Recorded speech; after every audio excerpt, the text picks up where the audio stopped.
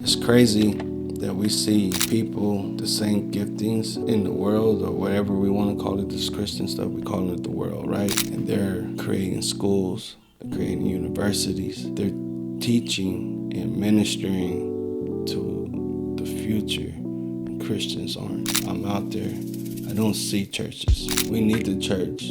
Why hasn't there been another Billy Graham? Why hasn't there been a true revival? Why hasn't there been a come to Jesus moment here in this country when we need it? So I got a little intro prepared for you, so I'm just going to read that off real quick. For sure. So today, hey, welcome back to the video. First thing, welcome back to All Strings Attached. As you can see, your boy been working, been trying to make some upgrades and just figure this thing out as we get back into getting more consistent with some episodes.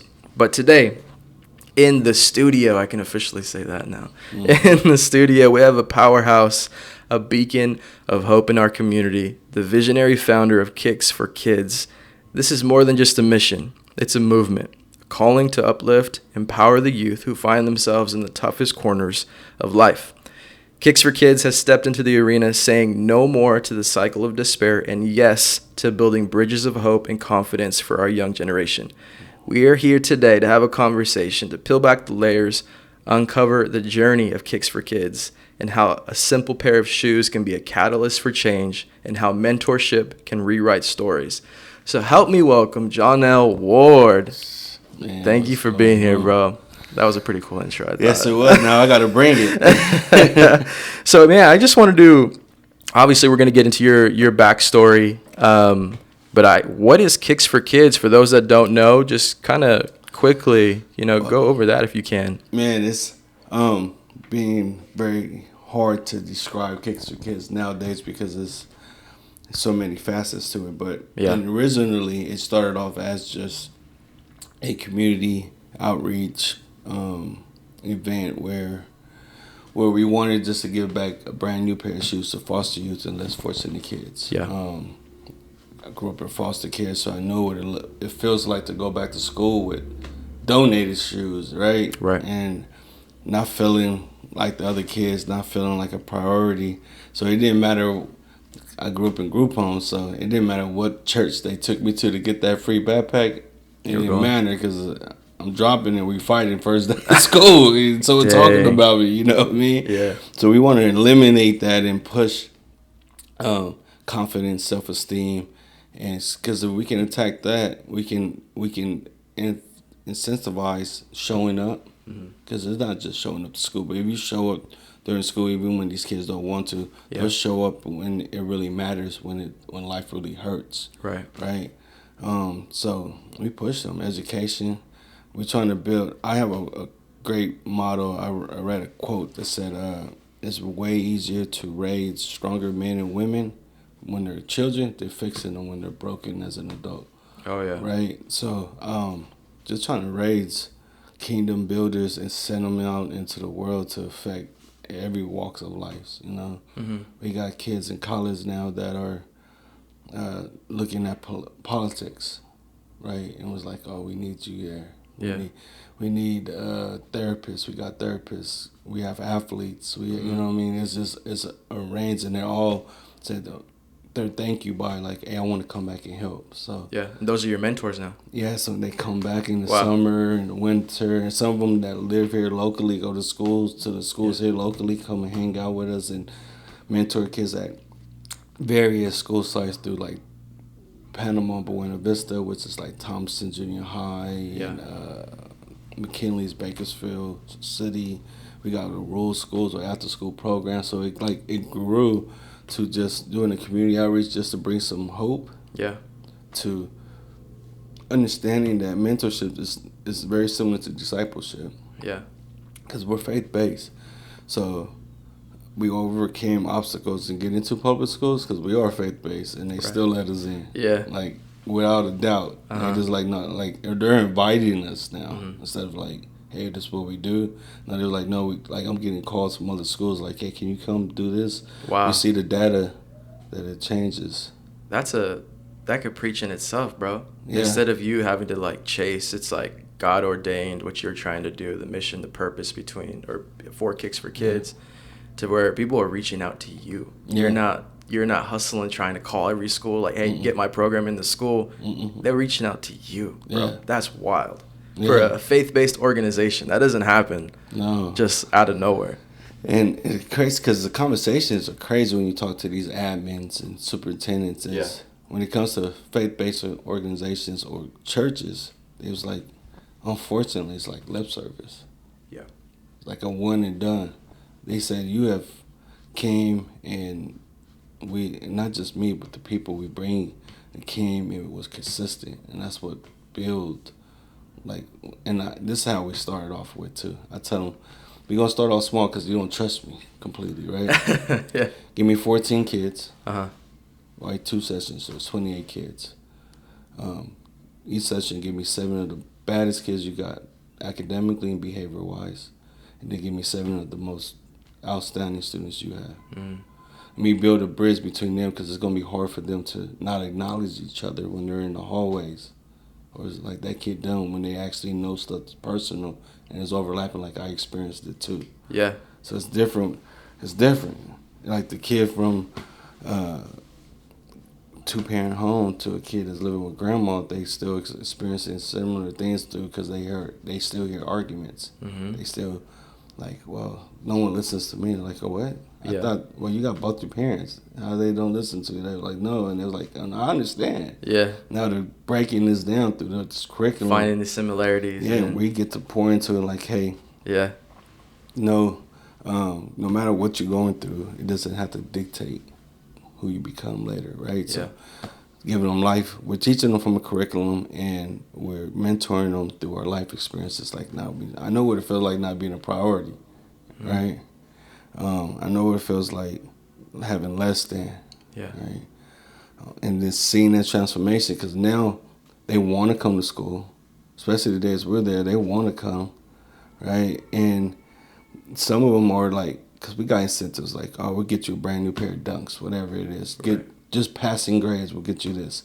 They get passing grades and start getting like honor roll students, and they're like, I really don't care about the shoes. I just like you changed. It changed me. Like I want to go, and when we meet these kids, they don't have dreams, right? They think they're gonna follow their parents' footsteps in whatever career they have chosen, or follow their parents to a prison or to a grave, right? And to see them like again, I want to be a politician. It's like, that's crazy. Come on. Like, come on, man, we need you. Yeah. But I think the only way I'm going to be able to get into the White House is one of y'all get there, man, with my pass, right? Come on. So it's like you're grabbing these kids at a really crucial time in their lives, obviously trying to figure out not only their identity, but whether or not they're, like you said, just going to follow in the footsteps of mom, or if mom and dad are in the picture, both of them, right? So you're getting them at this time to where you're now able to help rewire, not only from a faith perspective, right? Some fundamental, foundational things, but now you're helping them like, no, you can dream. Like, yeah, you're from Baco, but you can dream. You can be in politics if you want.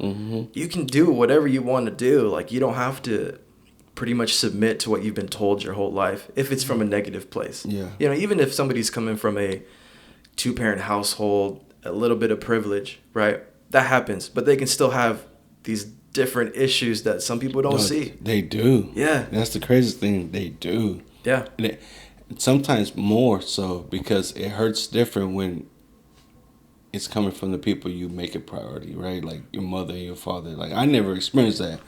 Mom and dad died when I was 6, so I don't understand that, right?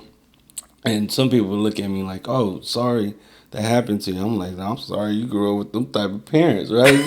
Because I'm looking at the parents like, man, I don't, Wow. It's crazy, right? Yeah. So, and then we when it comes to because we got to remind them that they serve a purpose, right?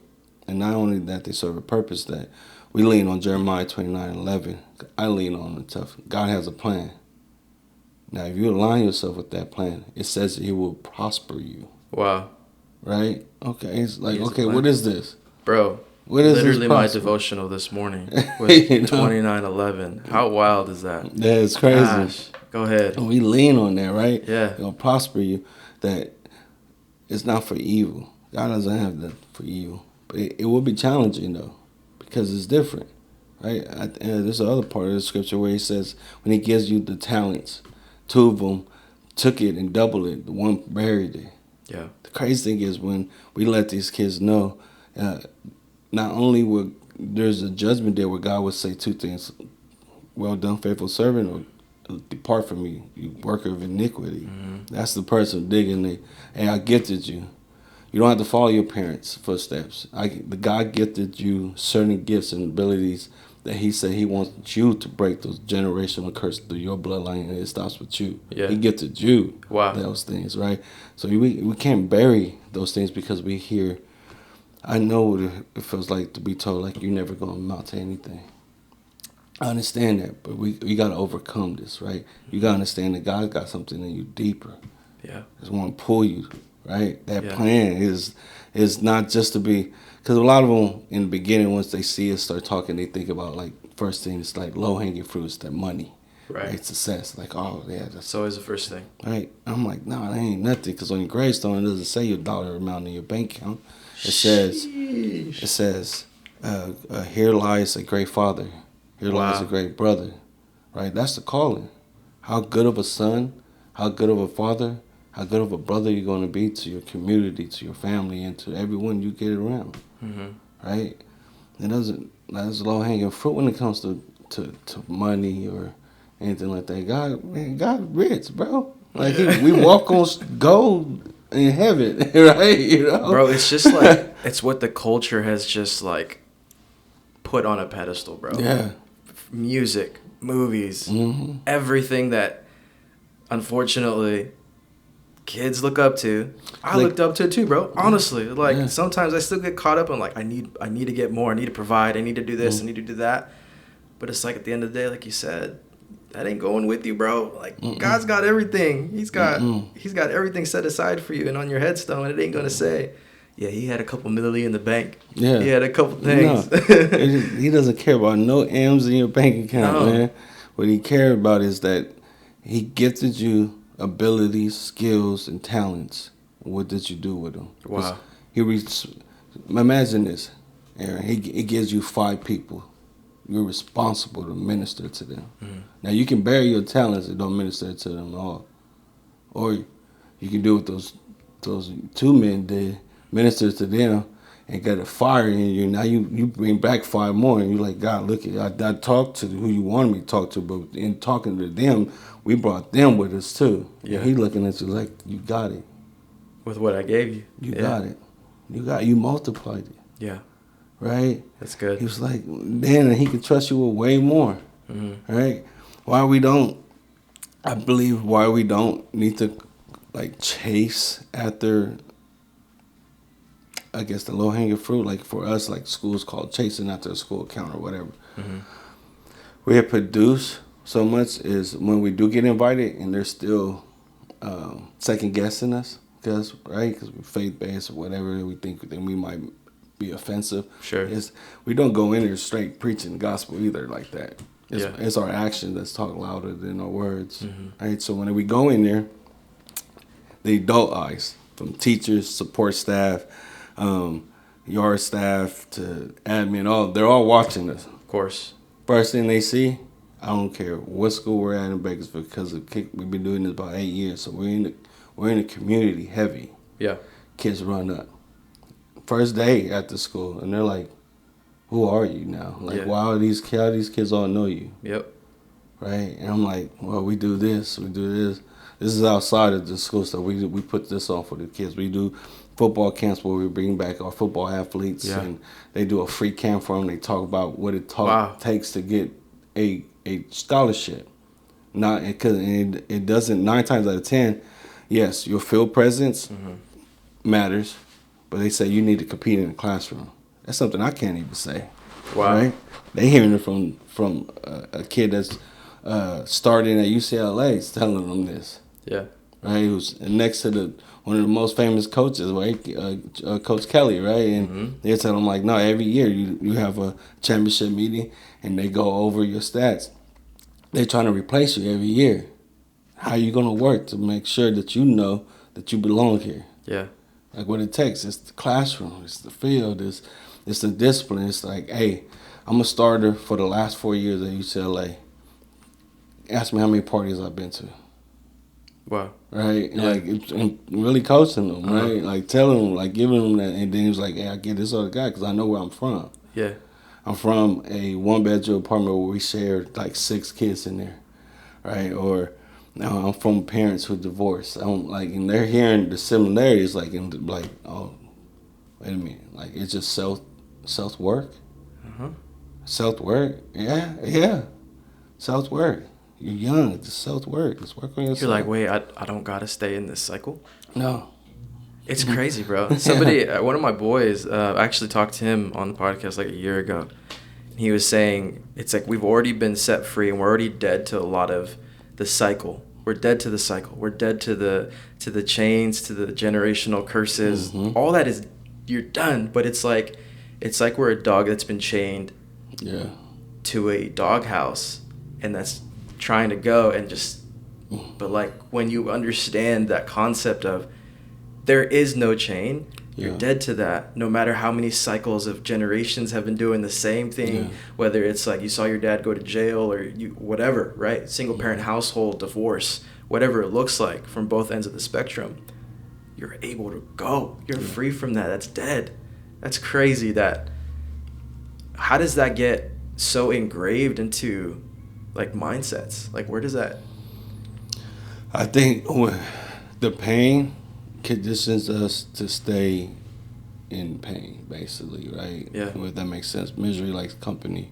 I think it comes back all the way to when the devil deceived Eve. He knew it has to be a population of people who didn't know what perfection looked like, right? Because it was only Adam and Eve who ever saw what true perfection looks like. And she genuinely wanted something that was positive, but she was looking in completely wrong direction. Right? So I think when we look at that and we see like a little glimpse of happiness, but 90% of it is bad, right? I see it all the time because of how I can explain this, like kids who have parents who are drug addicts, right? And they show up to a war assembly, right? Wow. Kids' face is blowing up, but they still gotta go home to that, right? It's like that little small boom, that little hope keeps you chasing in the wrong direction, like how you said with Eve. Like she truly wanted something better, but in the wrong direction. Yeah.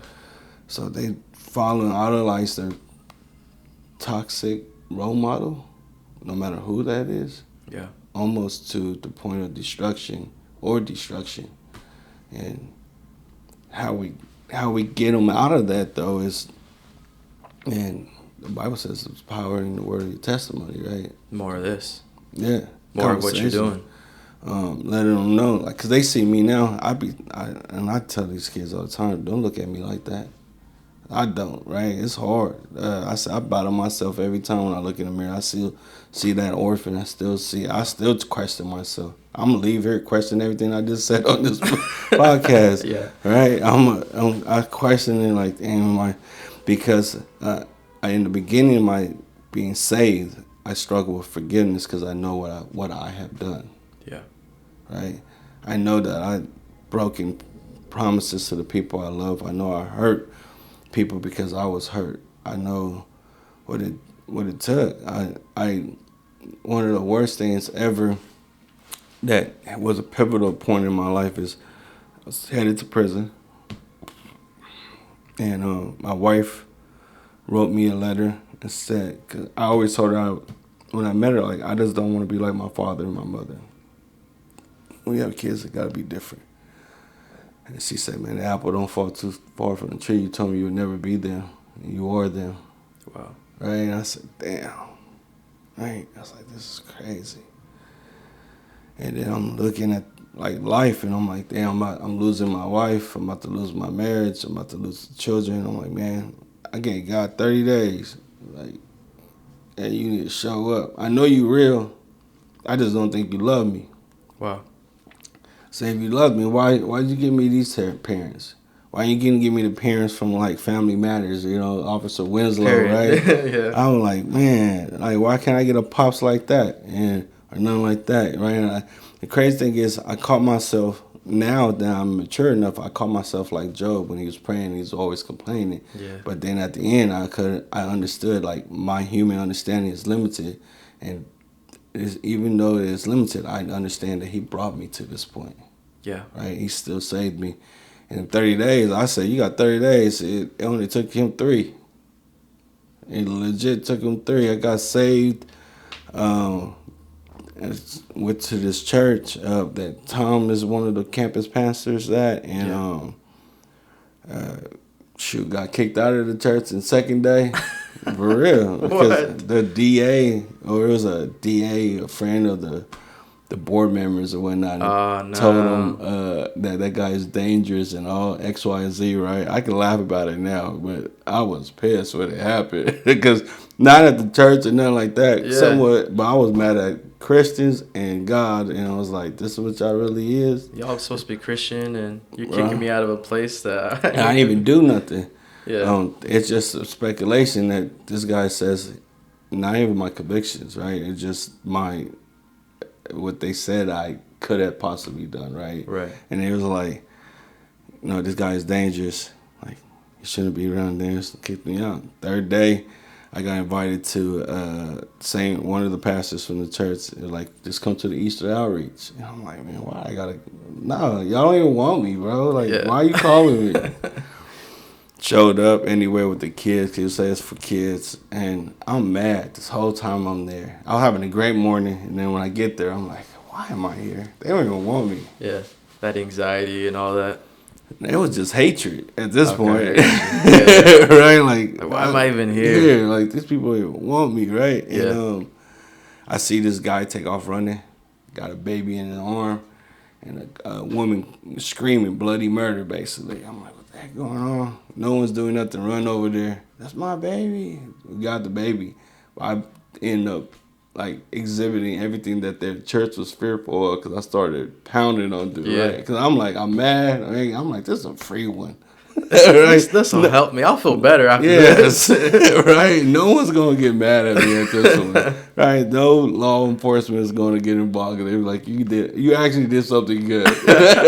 Yeah. Right? And security finally gets over there and says, hey, we need you on security. I said, nah, they ain't gonna let me be that player. I said, this is what they scared of. I got kicked out yesterday because of this. They said I'm too dangerous, right? Yeah. And it was like, no, we talked to Pastor. He said, Pastor said he been trying to call you. You ain't been answering. I said, he kicked me out of church. No, I ain't not answering. You're ignoring his calls? Yeah. At this time, like, respect-wise, is like, how I was conditioned is you give it and then you get it back. Right. You know what I mean? Once you did that, I'm like, all you know is respect. Why I gotta respect you? Yeah. Right? And they were like, no, he wants you to, like, you're gonna be his shadow. It's Easter Sunday, so this church got like thousands of people come on Easter, right? Because it's one of the biggest churches around here. Right? And I'm watching them, and then I'm like, man, what the heck am I doing back here, right? Watching them, I'm eating all the snacks in the backstage, it's Easter. They got all the good zuzu wham. And then I see this man, and that's how I know, like I had, not only did I forgive, like him, I like forgiving Christians, because I was like, man, that scripture popped out to me after I tell you what happened. Forgive them, for they don't know what they're doing, right? Because I saw him and this and another pastor praying over this woman who we had to call for a crisis unit for her son, had a mental breakdown Easter Sunday. I'm like, dang, this is kind of weird, right, going on. And then they praying over this woman, and no lie, like I seen something I can't explain, and I'm not usually like too scary. Like I can get beat up. I'm not the toughest guy or whatnot. But what I saw put fear in me. I took off running. And these guys were praying over this woman. I said, what the heck, bro? I was like, Wow. y'all coke, man, what y'all got in those snacks backstage, right? I'm like, I'm out of here, man. Like, this is nope. I ain't signed up for this. You're all trying. What did I eat? I'm going to Yeah, throw this up no, real I quick. really was. I was like, y'all coke. Y'all legit a coke, man. I gotta go. I seen how this movie ends. I've seen too many of these movies. And I finally spoke with that pastor, and he was like, he was in a place where he said and he preached about this too, or in a sermon. Mm-hmm. He said that he was praying to God that if it was time for him to pass on the mantle and all that stuff, or the pulpit, or is he still being used by God? He couldn't really tell. He said, God used you out of all people to re-encourage me to like, I don't know, this fight's not over yet. My work's still not done. Mm-hmm. He said, you need to pray to God to see why he allowed you to see what you saw, because a lot of people don't get to see or realize that, or that revelation like that. And I'm like, I took that advice. I don't even know why, right? But I prayed, and I'm like, man, what the heck is this? And then everything came flooded in. Like, if that's real, he got to be completely real. Like, if that type of evil lives, that type of love got to live too. Wow. Right? So I was like, that instant fear of the Lord, like, kicked in, like, oh, dang. I'm going to stop complaining. Like, the only reason why I made it this far has to be because of you. Yeah. And then there has to be a plan. I don't know what it is, so I'm going to start working towards something.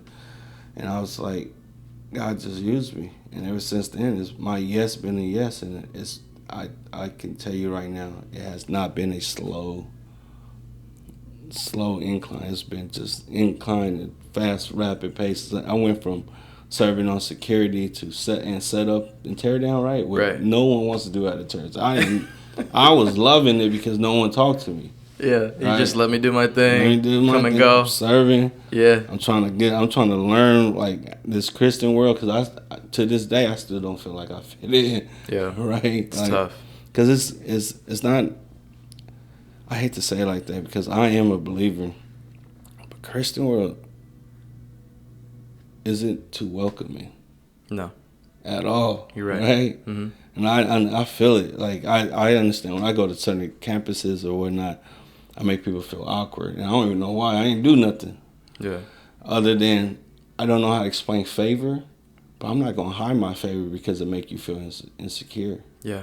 Right. I don't know why God chose me. I'm glad He did though.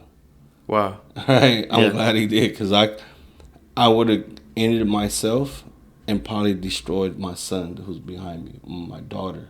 Yeah. Right. Like, and now these two kids are superstars, man. My son is freshman in college, and he's debating healthy debates against his sociology teacher on all type of topics that's going on. Hold on, bro. Isn't that a testimony in itself? Yeah. Right, to look back of a couple of years ago, to be like where you were, the upbringing, right, the past that you've experienced, to now that your son is in college, doing what he's doing. Mm-hmm. And not scared of it. That's wild. Yeah. That's a testimony right there, man. That's awesome. And we got to tell Christians that too, though, right? Mm-hmm. Because I think that scripture we brought up earlier about the talents I think that's a lot of Christians nowadays. That's me. It's a lot of us have all these talents and we're burying them. Mm-hmm. But we're sitting in the churches, hearing the sermon, we might be taking notes down in the journal or whatnot, but we're not acting on it, and we're not seeing it. How we know we're not acting on this because we don't see it in the children. Wow. Right? You know them by their fruits. Mm-hmm. I got 2 biological kids, but it really feels like I got about 40 kids. Yeah. Right? Because any given day, it could be just my kids at the house, or out of nowhere, it could be it's packed out. Man. Right? Yeah. And it's just crazy because you see them, because you see how they act. Right? They kids still. They're going to make mistakes or whatever. Yeah. But the way they get up from those mistakes and or what they're pursuing is something that shows like, dang, who's been around you? It's like, what's your reaction to the mistake? Mm-hmm. Like, that could show a lot of, like, hey, what's the fruit? What's the fruit there? Mm-hmm. How do you react to Mm-hmm. getting your butt kicked a little bit? Yeah. That's another thing, man, that you're helping instill in, whether it's just your 2 kids or the 40 kids, Mm-hmm. you know, like, all right, cool. Yeah, life smacked you up a little bit. What now? Yeah. Yeah, you go to a church, you don't feel like you fit in. What So now? what? You know what I'm saying? Yeah. Like, I feel like that's a lot of people, bro, especially, I feel like things are just changing. And Rapidly. there's a lot more people that look, sound, act different, but are literally called and marked by God. Yeah. And there's a lot of people like you, and I feel like I'm kind of in that same boat of, yeah, God, you've given me these gifts, and I'm trying to steward well. I'm trying to honor what you've given me, the task you've given me with these 2 girls, the task you've given me with the legacy of the family that you've given me, but I'm just not seeing it. So no, I am extremely discouraged, and I'm ready to bury it. Mm-hmm. You know what I'm saying? Like, I'm at that. It's a little bit more personal. I'm at that line to where bro, you're preaching at me right now, because the gifts you've given me, I've been trying, but I'm not seeing it. And I don't know what it's doing, and I don't know if I'm even walking in the purpose that you've called me for. Am I using the gifts correctly? Like, it's all these different questions that I feel like a lot of people even have, and then don't know where to go from there, and then they walk away from it. Man, I'll tell you this. I know it's supposed to be on me, but how I know, Go ahead. how you know you can encourage yourself in those moments, being a believer, and everything you said is, it's not what it's producing on the basics of like worldly. What we see, right? What you can see, it's what you can see in your children, your daughters, right? Are they kind? Are they generous? Do they listen to you? That means they're faithful, right? Right? If your wife is exhibiting the fruits of the Spirit, everyone you talk to, they exhibiting the fruits of the Spirit, that's how you know you're doing the right thing. Wow. Because that's what it's truly supposed to produce. Yeah. Right? 100%. Not I guess notary or influence or anything of that nature, right? That's a byproduct. Like the world I come from, the less people know about you, the better, right? You know what I mean? And I still try to navigate like that, but it's so hard to do it when you're in front of thousands and like they look to you. I know my mistakes now, and I cherish this. Yeah. God gave us in this favor, but I tell people when they like that awkwardness or whatever, their insecurity around me, I was like, man, Right. you really don't want what I have. You want the recognition that people kind of gives you, right? The clout, right? Yeah, and it might sound weird to everyone out there, but I don't care. Yeah. Because the sacrifice, the cause of it is my mistake affects not just my family now. Like I'm a champion for God now, right? I got this. My mistakes will affect thousands because we're not just in just schools no more. We're in cities. Wow. I'm in Los Angeles, Melrose District, Fairfax High School. I'm talking to influencers. Regions. Yeah. I'm talking to influencers from the Cool Kicks sneaker thing, right, to Tristan Jack, all these guys, right? Going to the house and walking in, there's certain celebrities walking in. I'm like, who's this guy? I'm like, I'm just the Jesus. Just the Jesus guy over here. Yeah, I'm just the, you need some prayer? Yeah. You know? They're like, how the heck can you get up in here? We got, like, and I'm talking about, it could be all type of stuff. It's all these right? content creators and all those dudes out all there. That. Yeah. And then we're in Ventura. Yeah. In the Ventura School District. We're in the Ventura Colleges. Man, we're on the avenue out there in the neighborhoods out there where they got a section that's on the west side of Ventura. The avenue is like old school, traditional families, right? Right. But it's like they're ghetto or not. Sure. It does not look like ghetto. I would love to live there. But I step out there on the Ave, one kid see me or one parent sees me. Next thing I know, like I got kids and parents coming out. Wow. Wanted to feed me. Trying to take care of you. Right? Wanted to, like, what are we doing? What's next? What we got going? We gonna go skating? Yeah. I don't even skate, but we like, you wanna go skate or you go? There's a restaurant called Lalo's. They're like, just trying to go, kick it, bro. That's it. Yeah. Right? But they trust it. So Yeah. I know my mistakes, the effects it will have. So I tell people like you comfortable, which is not a good place to be. But don't be envious of those who are. Mm-hmm. Like, learn from it. I learn from Yeah. people's mistakes and their success. I'm like, okay, where's the overlap? How can I learn from it? Mm. Can I do it? Am I allowed to do it? Right? Because that's all the stuff you got to take to prayer. But it costs. It costs. Wow. It costs. It's a major cost. And my kids feel it. And they're living out. They was like, they understand the cost because they was like, I've been saying it forever. I said, it's a picture or a video tells its own story. Probably not the truth though. Right? Sheesh, Especially being a believer who is actively fighting the enemy on his front. Because churches are people come. They obviously come. It's their last chance for anything, like it was for me. Yeah. Or they want healing, X, Y, and Z, but they're there. They're there. Right. It's different when you're at a school. It's different when you're at a park. It's different when you're at a university. Outreach. Yeah. Yeah. You're fighting the enemy on his front, where he got the tactical advantage. Yeah. So he has, like, a video can show. I'm from a neighborhood out here, right? And if I go talk to the guys every now and then, but I'm trying to get them out, trying to, like, hey, like, we can't keep following this, right? But say it's at a park, I'm out there talking to the guys, I'm ministering to them. But again, this is a neighborhood, so everything you can think of is going to be probably right there, right? There's drinking, there's girls, there's everything. A video, a still shot of it. Hey, found her. Out there, yeah. You know what I mean? Mm-hmm.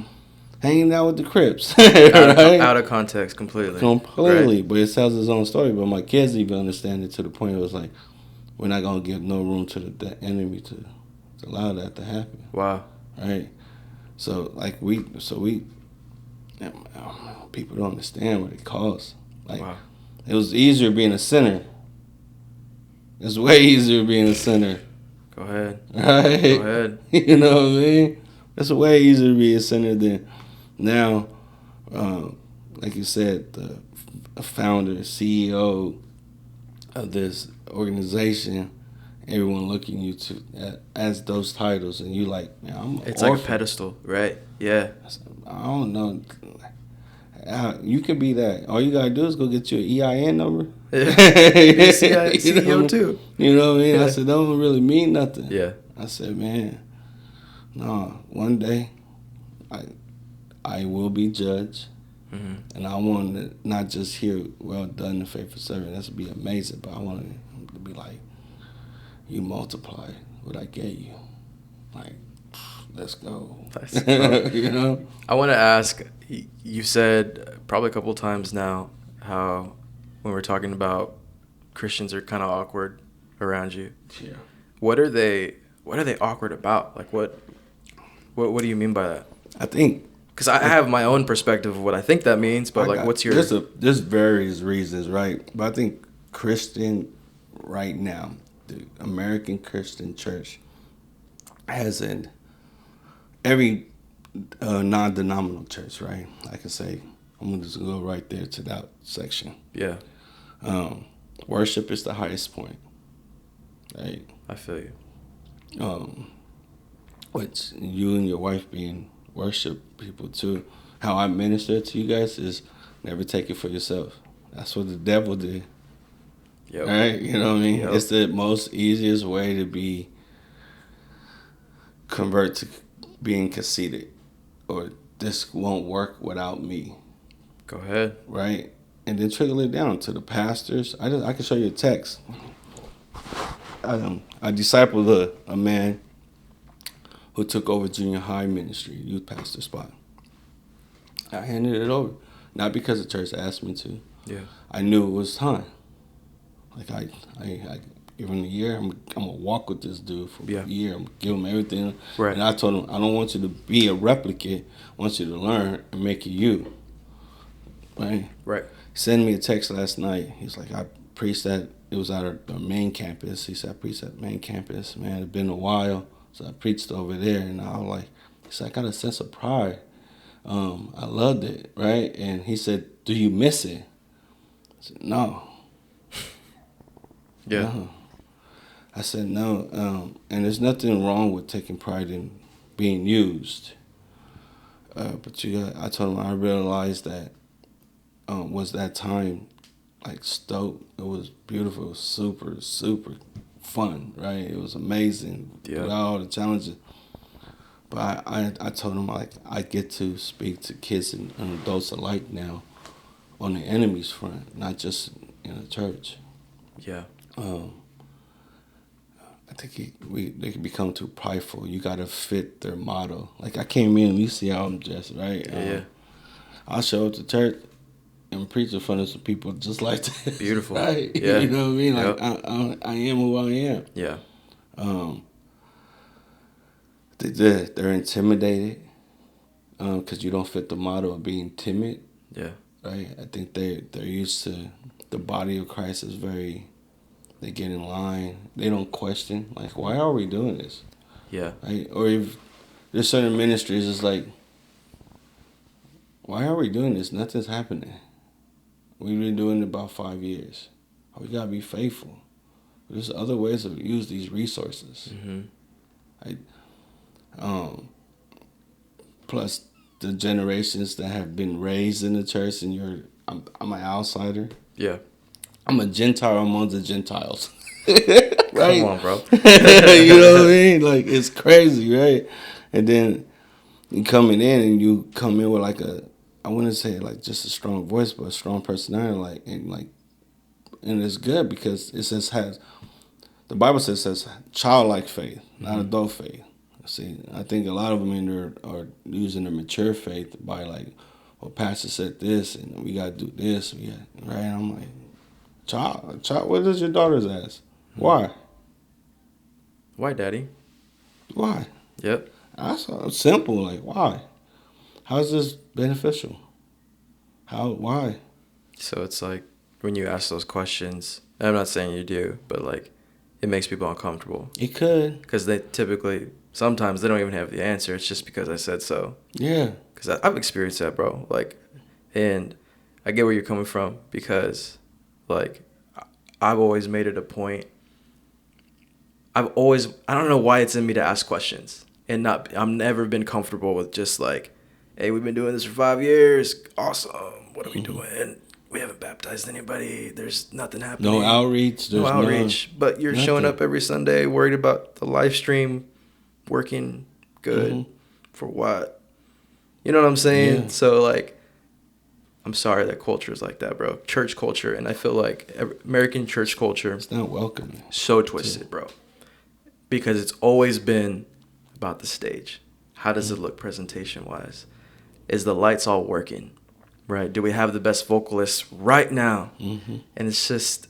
Do we have the best pastor? It's right broken. now? It's broken, bro. It is. Not enough people are talking about that, one. But I'm like, all right, so does that get changed? Does that get fixed? How does it get fixed? How does it change? Confront it. Yeah. Right? So, again, it's like you're favored, right? And the thing about being favored is not fair to everyone else. I don't know why, but I'm not going to hide it because of insecurities. I said that earlier. Go ahead. And why I'm saying is because when you go in there,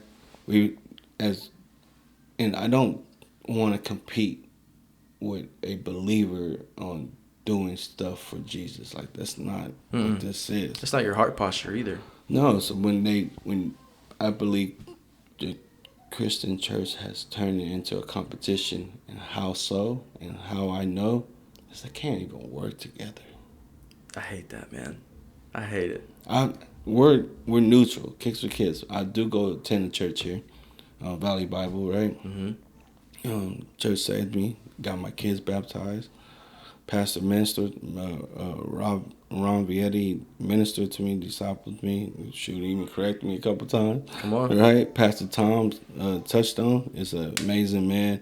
Ministered to me, discipled me, even checked me a couple times. We need it. I got a other mentor out of it that when he started his own church in Ventura named Brad Lawson out of that, and he's still in my life like a big brother. Mentors, disciples me, and checks me when I need to be checked, right? But challenges me too, right? Yeah. All these great things, but what I don't see is that it's not welcoming to the point where,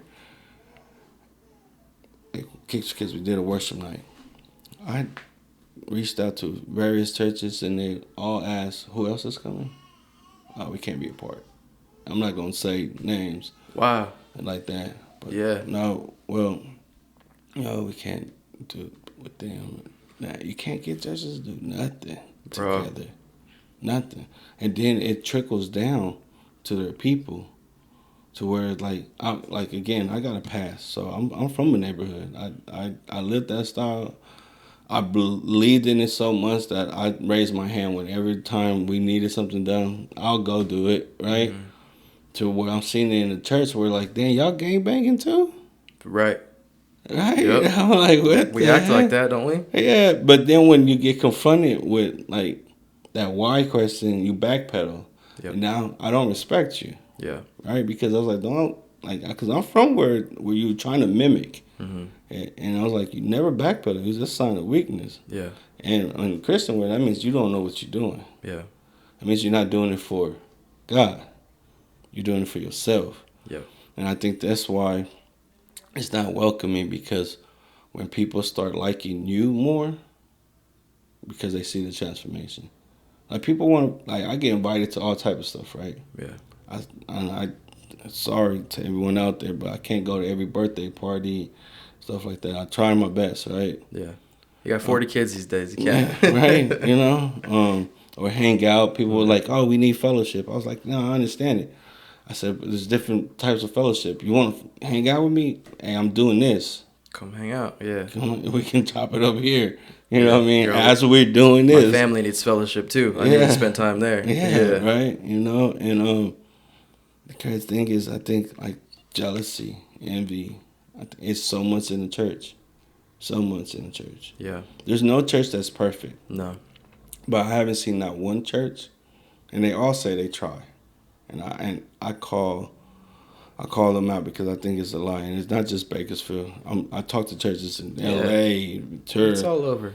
I only seen 2 churches that actually attempt to, like, and are still trying to, like, hey, we want to do this event. The church is like, oh, well, I've seen it because I've been in a discussion, right? And they were like, well, whose name's up there? It's like, we put your name up there. We just want you guys to come and be a part of it. Yeah. I'm like, looking at the pastor like, I never seen that in the pastor before. Yeah. They usually be like, no, it's us, and then we'll mention you guys or whatever. They're like, no, we'll throw your name up there. Yeah. I'll say it's even you guys. We're just helping you guys. We just need to come together. You have a resource. We have a resource. Together we can impact this community. Yeah. Can you imagine, bro? There's so many bigger churches, right? The one you go to is pretty well known, pretty big. There's some other ones that I've heard of. Can you imagine if it wasn't under, we had to do it individual names? We just collectively did this thing. That's what I've always like. Why can't we do that? Why does it got to be because your 300 wants to be your 300 people and your 1,000 and whatever. Low hanging fruit, man. I think money corrupts, influence corrupts, to the point, especially and what I see in church world is too the men. I'm just talking about men. None of them really have had a hard work ethic, right? They all probably pursued the ministry, and for various reasons, they're all gonna say, "Oh, it's a calling," but working for a church isn't hard. Wow. Right? The calling has its pressures. Not because I feel it. Right? I had to learn early during Kicks to Kids to not carry someone else's cross. Teach them how to carry the cross. Wow. Right? Because it'll hit you. Like I have had hit with. I had to pray myself out of depression. Or my medicine is like, okay, I'm feeling this, I need to go serve. Like, I learned my medicine early. It's not just prayer. Like, I can pray and I still feel like, oh my God, I gotta get up and go be active. Where it's I don't know how to put it completely, but they don't,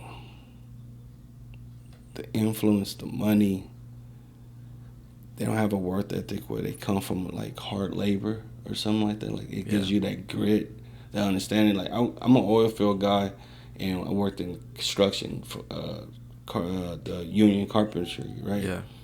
So it wasn't, you could be my boss, fine, we're working on the crew, but whenever you do something like out of place or wrong or trying to, and I ain't doing that. I'm like, what the heck? No, that's not on the print. I'm not. No. Yeah. And like, you can question. You can. Sure. Where you got these guys who come in and want to like it's easy. They say it's a calling. Like, I want to hold a camera for the church. It's like, what?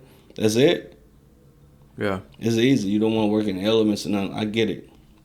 For sure, there's colleges for you to go to. Yeah. Right, to be more effective in other areas, but they go in here. They don't know how to question it, and I see not just the pastors, but like the staff become narcissists. Well, pastor put me over this. We need to get this. Gotta love that. Right? And I'm like, yeah. Somebody amening you right now, bro. A whole bunch of amens. You're probably gonna get it all in like hand claps in the comments, right? There's narcissists, right? Yeah. And how you can spot them is a whole lot of eyes when they speak. Pastor put me, in charge over this or X, Y, and Z, for sure. But you need us. Period. You need us. I tell churches and pastors that Kicks for Kids is not a competition. We answered the yes. My yes was the answer. My yes is like, I'm going to go and be there for foster kids. I'm going to go there, be there for less fortunate kids. We have kids that are displaced, meaning homeless. And the crazy thing is, we're not just there for kids. We lift financial burdens off of whoever's the guardian is, from grandma to mom and dad, whatever it is. Yeah. We don't just give away shoes. We don't just offer mentorship to the kid. We also disciple and the parent or the guardian, the social worker, because we understand is if we only got for a short period of time. You around them more. If I can change your heart, if I can get you to realize God is the only way. It's a domino effect. Boom. Like, it's more, we're more set in stone now. This kid gonna really be something. Yeah. Because my job isn't to change the world. Right? Yeah. The mission that we have on our page, it doesn't say change the world. I'm hoping and praying, and I'm thanking God that we are being used to inspire that next Aaron that will. I'm good with that. I can play the shadow. I can play because I'm getting a little older now too. So I only got a few more rounds in me, right? Before I'm just a vice base, right? Come on. You know what I mean? So I understand. Like, I'm not in competition. I'm not here. If I'm gonna change the world, it's gonna be changing someone who will. Right? I might not. I might not change 100,000 people to accept Christ. If I change that next 5, that will, why not? Why not? Like, that's success. Yeah. That's getting that answer you want when it comes with Judgment Day, when He says, "Thank you, well and faithful servant." Because of your work, because of the little encouragement or the discipleship that you invested in this kid or this person, you changed the whole trajectory of their life, their family, their legacy. Broke them out of cycle, or not broke them out yourself, but showed them that they can break out. They can change it, that they're dead to whatever that was behind them. There was this funny TikTok video. I don't want to take too much of your time. So Yeah, I don't even know where we're at. It's 10:30 right now, so I don't want to take. I know you got things to do, but there was this TikTok video that I thought was hilarious. But it's so impactful because this small church. He says, everyone look at the front, like eyes on the front stage, and he's like, turn around and look at the back. I have a surprise for you guys. They turn around, look at the back of the building. There's nothing there. And he says from the stage, I just wanted you to see how far the Lord's brought you. and they just go off. I'm like, yo, look at your past. Look behind you. Look at everything you've already. Look at how far you've come. Right? Look at how many steps you took. Yeah. And we take that so much for granted. Mm-hmm. Because maybe I'm preaching to myself right now, but maybe it's not what you thought it was going to look like. Where you thought. But when you look back and you see, yo, there's no shot that I would have done this on my own. I should not be here. You could say the same stuff. You know what I'm saying? At all. The kids that you are helping just with the smallest little, hey, kicks for kids, right? It's just a catalyst for change. That's it. That's it, bro. That's what it's about. And I need to have you back because I want to talk about just your journey. You know, why did you even start it? All that. I know we got into some other heavier stuff. That's usually happens, and I love it. But just end us off on just one small thought that maybe that's something that's been on your heart, you know, the last couple of days, weeks. Anything that you have, and we'll end it there. Going back to the talents. I want to encourage the church. Don't bury the talents. It's crazy that we see people with the same giftings in the world, or whatever we want to call it, this Christian stuff, we call it the world, right? Right. And they're creating schools, they're creating universities, they're teaching and ministering to the future, and Christians aren't. I'm out there, I don't see churches. Yeah. It's rare. Quit fighting each other. Quit letting the devil, divide us. And double your talents. I think I'm really, I think for the few months, I don't know how long I'm gonna beat that horse, but I'm watching this and I'm like, man, we need the church. Why hasn't there been another Billy Graham? Why hasn't there been a true revival? Not these small things that people call revivals, right? Yeah. But why hasn't there been a come to Jesus moment here in this country when we need it the most? Because kids, families are out there that are not spiritually Christian church broken, but truly are broken. Mm-hmm. That need us to be out there, to be like, I've been there. I don't have your answer. I'm not even going to quote a scripture to you. I'm going to lead you to the person, and hopefully he can minister through his own truth. You're just a light. Yeah. That's it. Quit trying to take it. Multiply your talents that God gave you. Understand you've been created and not the creator, but he has allowed you to come out here and create. Yeah. Right? But understand, don't take that pride and worship for yourself. But we need you. We need the church. We need more believers out there, not believing in themselves, but believing in what Jesus can do. Man, because there's so many. There's so much. We're limited, all right? But I want to work with so many other people that can help the community. I don't care if they get the credit. Like, go ahead. Just these people that I love and care about, that I'm ministering to, that I know I'm responsible to, they can be yours. Just help them. Yeah. Right? But I think that's what I'll leave. Don't bury your talents. Let's multiply, you know? You heard it. I hope you guys walked away with something from this episode. I think there was a lot of just gold in there that you dropped today. And I think that's just the surface of what I would love to have you back just to talk about more in-depth stuff. I hope you enjoyed your small time here. But yeah, let me know what you guys thought in the comments. Drop it down below. Show my boy some love. His links are going to be in the description. And I'll catch you next time. Peace.